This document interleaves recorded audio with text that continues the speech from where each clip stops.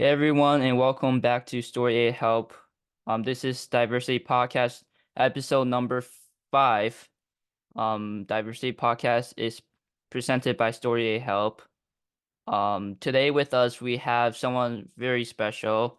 Her name is Andrea.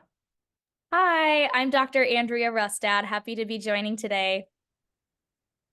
So we're going to today talk about a book that she wrote for kids that talks about ichthyosis, and how um this one girl in the story kind of becomes a superstar um through her own issues.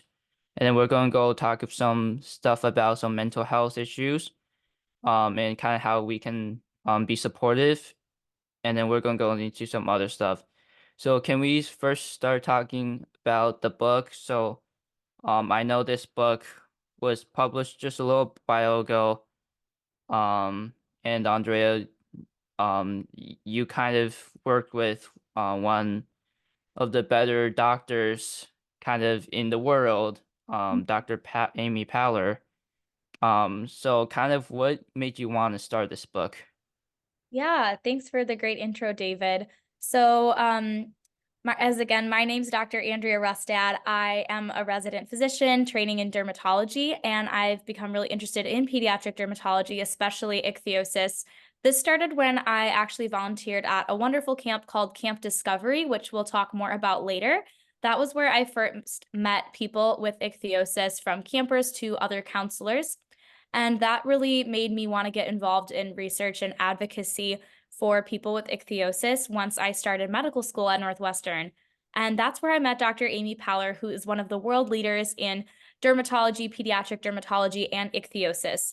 And together, based on a lot of feedback from people with ichthyosis about some of the social challenges they face, as well as hearing from kids who never felt represented in books or movies, we came up with the idea to write a children's book to raise awareness for ichthyosis, but also to provide those with ichthyosis with a story in which they can see themselves represented and something that they can identify with in a character. Thank you for that. And can you kind of talk a little bit about what the book is about, and kind of what issues and situations that the girl in the book kind of went into? Of course. Our main character in the book is named Cece, and she specifically has the CIE, or congenital ichthyosiform erythroderma type of ichthyosis.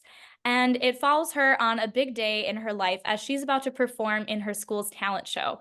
Along the way, you will learn about ichthyosis and some of the challenges she faces, which includes having to have a lot of doctor's visits, having to spend a lot of time on her skincare, even needing to take breaks at school to reapply moisturizers, sometimes having to watch out for being overactive at recess when it's too hot out and she may have trouble sweating and may need to, cool down with a fan or have some water misted on her. And all of these things, take a lot of extra time for her, but it doesn't limit her from being who she is, being a great friend and sister, and being able to be involved in singing and dancing in the talent show. So it kind of goes to show that even though kids with ichthyosis have to spend some extra time and may be different in some ways, they still have a lot of amazing talents and gifts and things that make them unique besides being defined by their skin condition.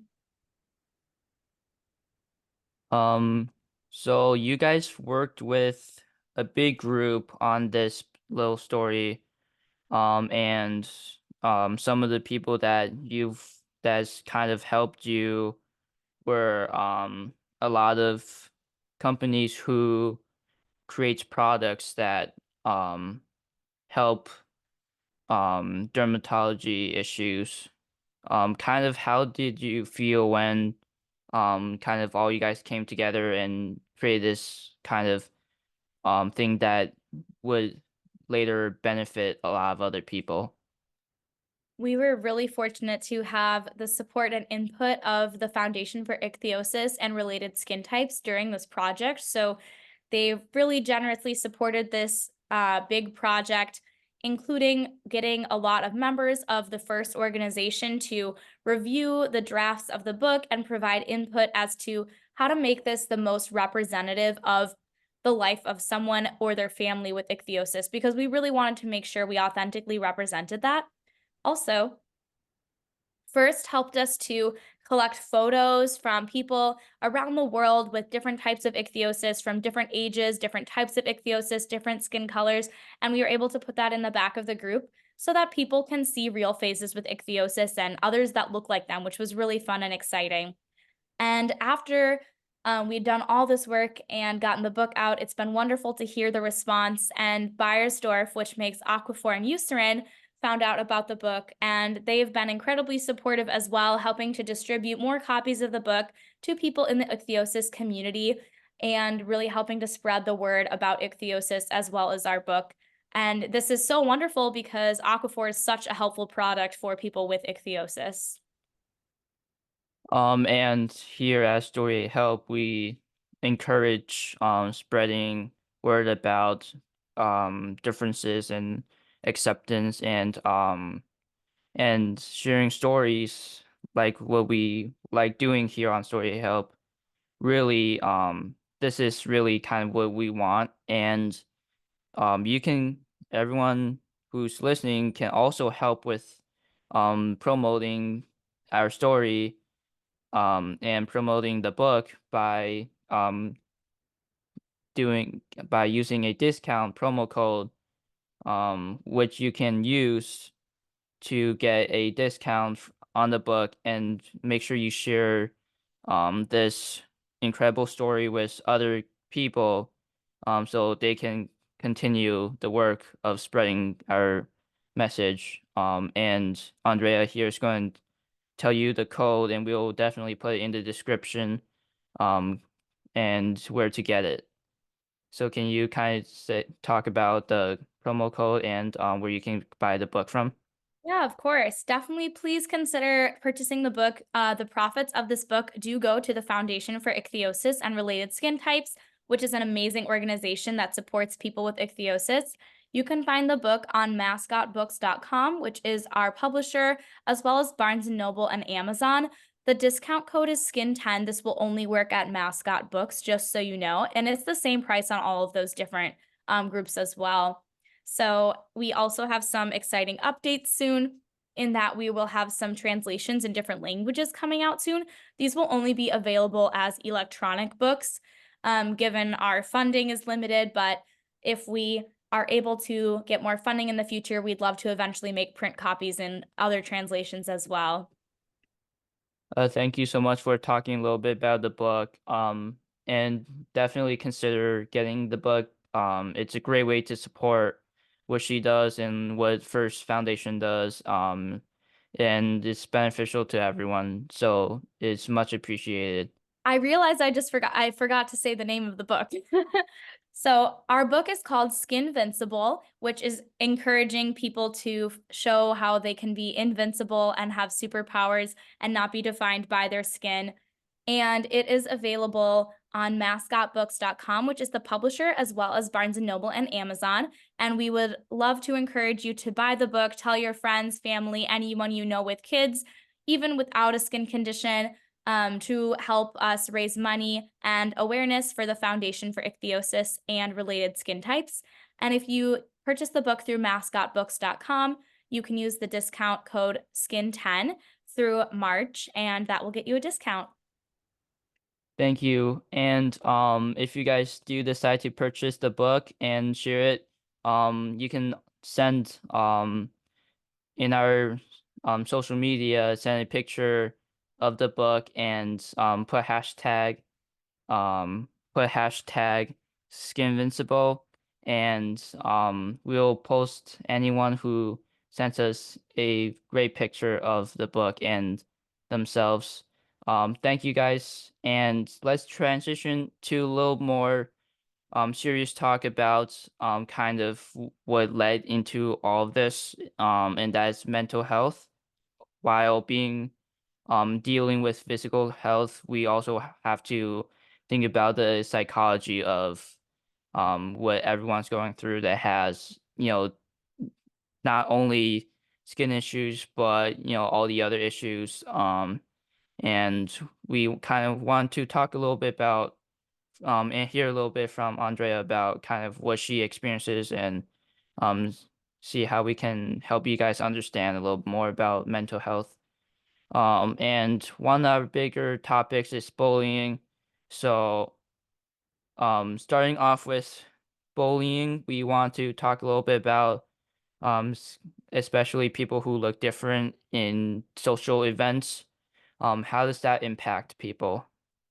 Yes, great topic. I'm just going to add a little bit about what you said about posting the picture. We would love to see any pictures of you with the book. We would love to see any pictures of you with the Skinvincible book or hear any reactions you have to it. We would love to see that, and you could even have a chance to be reposted on the Mascot Books or even the Aquaphor or Eucerin webpage and social media. So please send any pictures or reactions our way. So, mental health and bullying are definitely a huge challenge of having a skin condition, especially one that's very visible and generalized, and as well as other social challenges. Unfortunately, especially for rare skin conditions like ichthyosis, there's not much public awareness. So, people may think incorrectly that children or adults are contagious and thus try to avoid people. For kids, it unfortunately leads to a lot of exclusion and teasing, and that can make it so hard, especially being in school as a kid or a teenager is already challenging enough because it can be stressful. There's just so many challenges going on. And so I've heard a lot of stories from people with ichthyosis about bullying they've experienced both at school or even as adults in the workforce. And it's really an under-recognized part of care for people with skin conditions.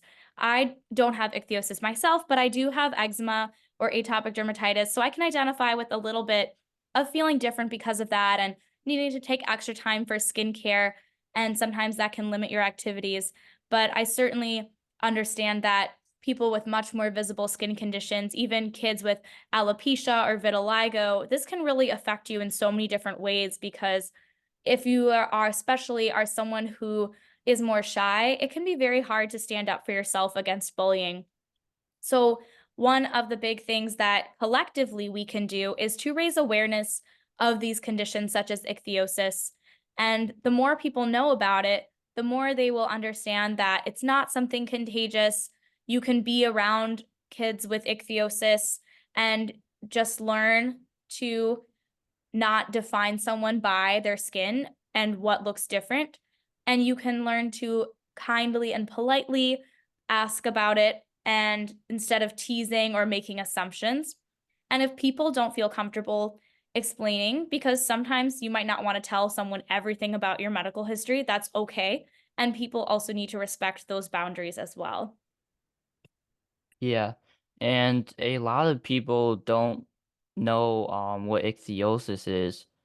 So can you kind of explain what ichthyosis is to people who might not fully understand? Ichthyosis is a group of genetic skin disorders that involves a disorder of what's called cornification. So it means that the skin barrier and the layers of the skin don't function the way that they should. So in skin that doesn't have a skin condition, your skin barrier is kind of almost like if you picture a wall with, building with bricks and mortar in between to kind of glue cracks together, keep out germs, keep in water and hydration.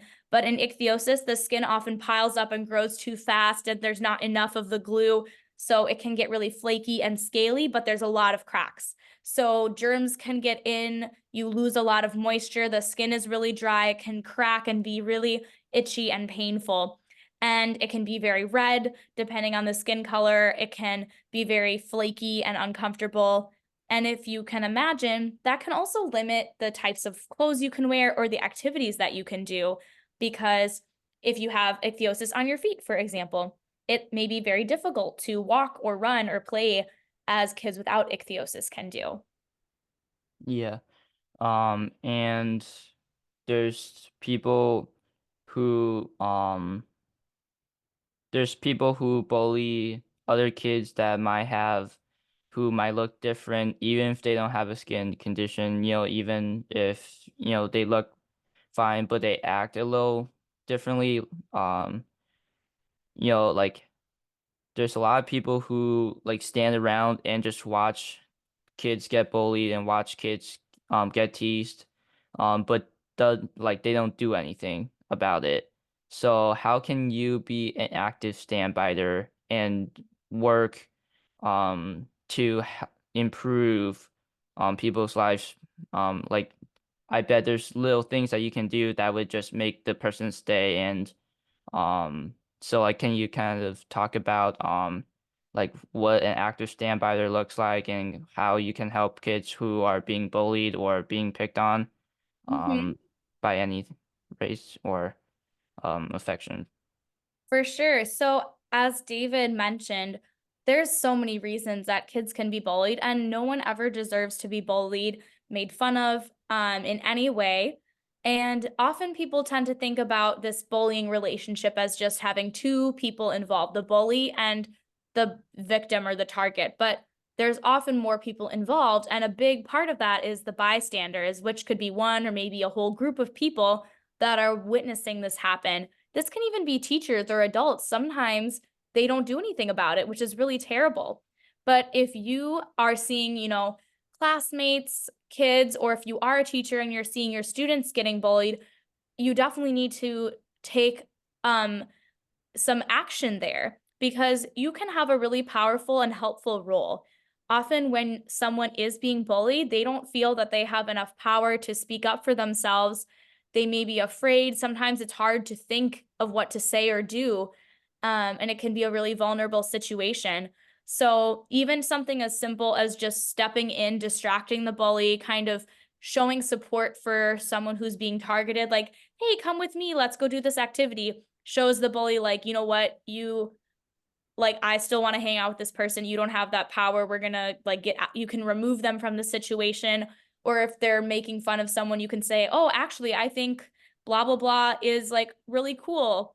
Saying anything supportive, trying to distract the bully, or just say something to them like, that's mean. You couldn't just directly call out what they're saying. Obviously, it does take confidence. It's not that easy to say or do, but it's something we can all work out and practice to be a better friend and bystander. There's a lot of different ways that you can kind of jump in to situations safely to help out other people. And on that note, I think it's we can transition into a different section that talks about being confident with what um situation that you are in at that time. And that is activities and experiences and kind of um like when you're in a bad situation, when you're being bullied, um like what can you do to be the best person that you can be while trying to keep the situation as calm as it can be? Yeah, great question. So I've heard from a lot of people with ichthyosis or other skin types or other skin conditions about ways to help themselves feel more confident and stay positive. And some important things to do are to find activities and communities on people that empower you and make you feel like the best you can be and supported, and something that you feel really less like your personality and talent shine through. So a lot of people are really amazing at dancing or singing, which I've gotten the wonderful opportunity to see at the first Foundation for Ichthyosis and Related Skin Types conference, which has a really fun talent show and performance, as well as Camp Discovery, which has a talent show. So it can be really powerful to kind of take control over a situation where everyone's staring at you, which maybe in the past you felt made you uncomfortable, but instead you are using that to kind of be the star of that moment and show people the amazing talents that you have that are not defined by your skin condition. I personally am a dancer and also have done a lot of musical theater with singing and acting, and I definitely feel that that has helped me be more confident And it just kind of helps you have fun and find that creative outlet too to help kind of deal with stress and maybe help you to find more confidence as well. And you'll also get to meet a lot of other people that will be supportive in that way too and help you stay positive and look out for you when you're having challenges. Yeah. And so while we're on the topic, staying positive is sometimes really hard to do, especially when you're being bullied or people are making fun of you. So how can you stay positive at times that are really hard to stay positive? Like, is there any tricks that you can do to um keep yourself from getting too mad or too offended or something that will allow you to compose yourself in those situations? Of course, everyone's different, and it's always really good to speak to a trusted adult when this is something that's happening to you. And, it may be something that you might need uh, trained therapy or counseling for that can really help kids depending on how they're processing things and the experiences they've had. And I remember when I was being bullied when I was younger, my mom would sometimes say, you're still a good person even if bad things are happening to you and it's not reflective of you, it's reflective of other people making bad choices. And that I felt like was really helpful because it can be easy to kind of absorb the negative things that people are saying to you or about you. But reminding yourself that you're a good person and maybe thinking of your good qualities or hearing them from friends and family can be really helpful. And doing things that kind of remind you of that and trying to distance yourself from those who are putting you in a negative like self-talk. And again, always good to kind of get that support from people that are really experienced in dealing with it as well, if possible. So I want to talk a little about like connecting with others and like community, and how we can help each other as a community. So can you talk a little bit about how to like kind of connect more with other kids? Yeah. So I've heard a lot from children and adults with ichthyosis about how powerful communities and connections with others who share similar experiences to you can be. For example, meeting other people with ichthyosis at the Foundation for Ichthyosis and Related Skin Types, or FIRST, meetings or conferences, or going to camps such as Camp Discovery. Sometimes that's the first time that someone meets someone with ichthyosis who has skin like them, who looks like them, who has shared experiences. And that can be a really wonderful and powerful experience and really help you feel like you're not alone. And another thing too is that you can reach out to other people through platforms like David's and find people through ways now that we are so interconnected in the world. And that can allow people with maybe the same type of ichthyosis, but maybe who live in different countries to reach out to each other and to hear advice or make a connection with each other too. There's also a lot of research going on. I've been involved in a lot with Dr. Paller's group, and there's groups at Yale and other places that do kind of help bring people together and collect information about ways that we can make ichthyosis better. And participating in that can often give people a sense that they're doing something to contribute to helping people with ichthyosis now and in the future. And I've also heard from people that the power of media with ichthyosis and rare skin conditions is really powerful. For example, someone who is an adult with ichthyosis who read my Skin Invincible book told me that he wished it had been around when he was a kid and he thinks it would have been really helpful, which was really meaningful for me to hear. And also, I know there's a wonderful model with ichthyosis named Jayza who's been in Target swimsuit commercials. And so that has been really exciting to see representation on such a big platform. So I really hope that we'll continue as well to raise awareness about ichthyosis. We also have a lot of wonderful, young adults with ichthyosis who do a lot of talks at first events, and that can help younger generations learn their advice for getting through tough times and have someone to look up to. And at camp, a lot of the counselors will have skin conditions, sometimes ichthyosis. So that can also give you someone to look up to or a sense of community, as well as meeting other people your age. And parents of kids with ichthyosis will often talk to other caregivers and kind of find out their advice for different ages, because the challenges differ a lot by different ages too.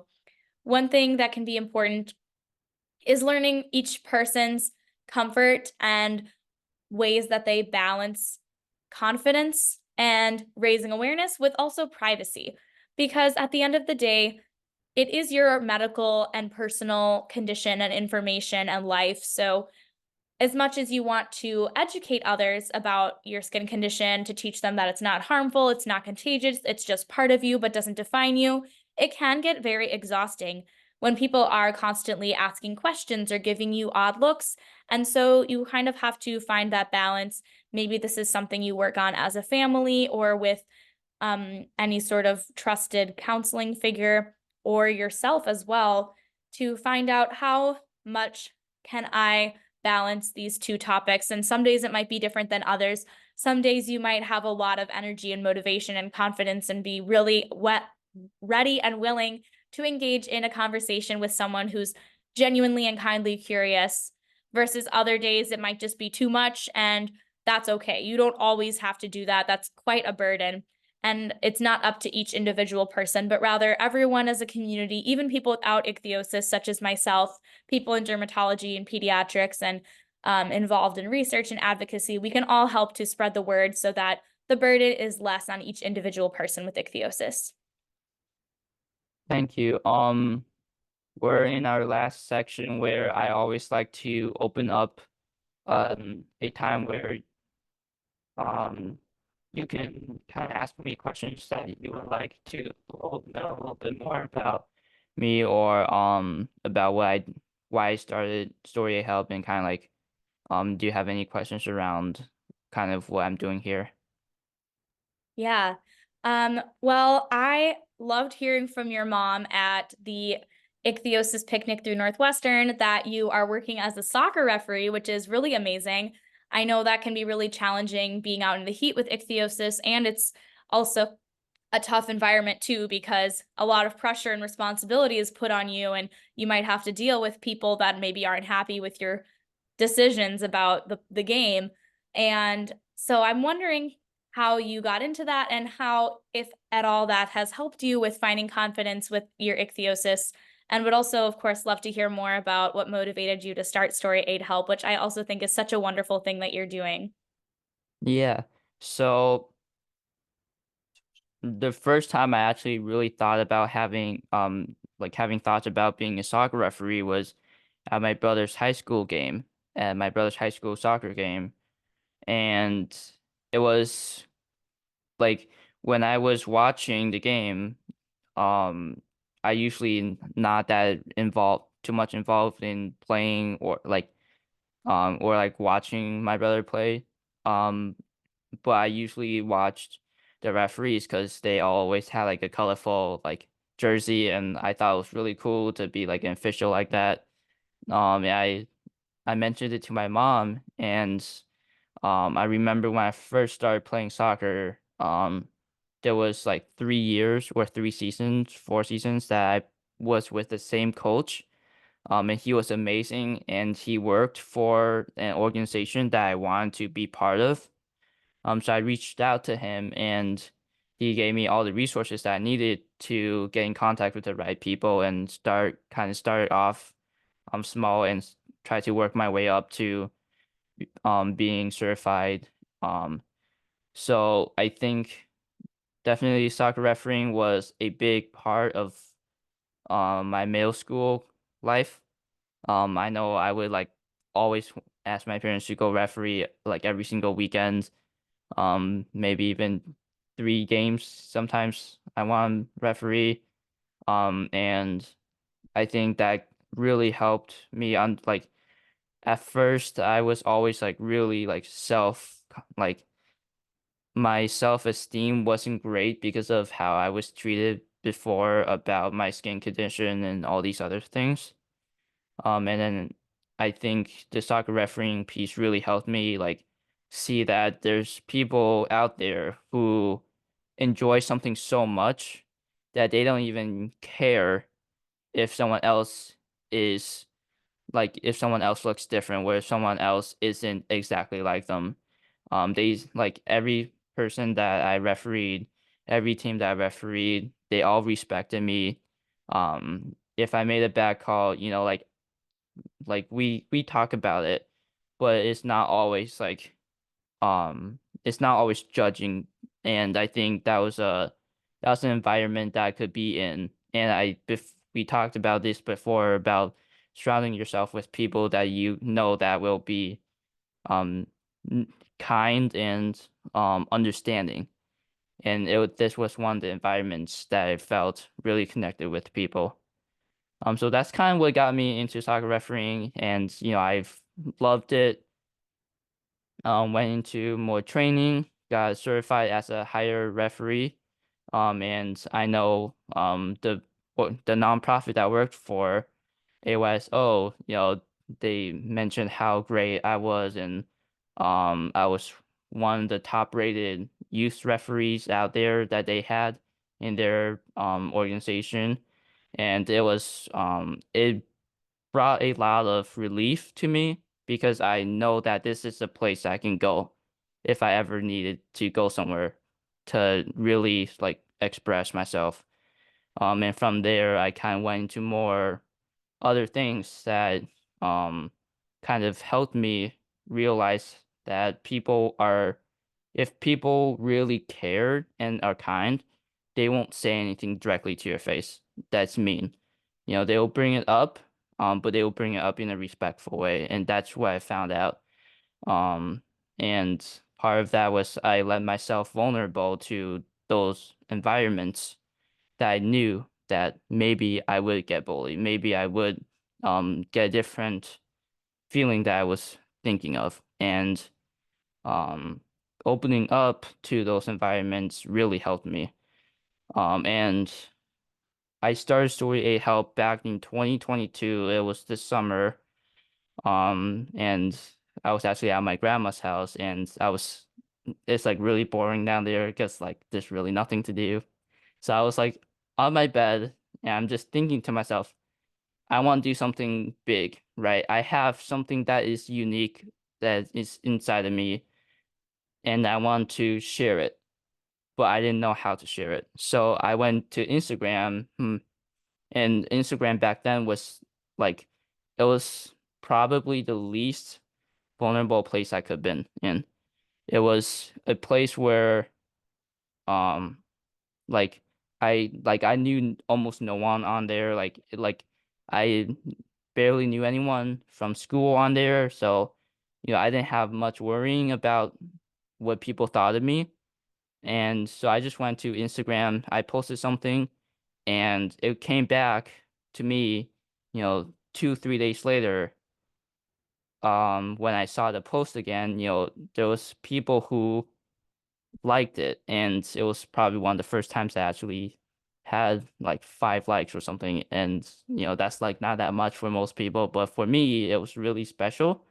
And that's kind of what got me into what I'm doing now, because I want to help people understand kind of how it feels to be different, and how to take that and like take that as your energy to move forward and to be the best version of yourself. And I know, even now, sometimes I feel a lot of anxiety when I'm going out to places.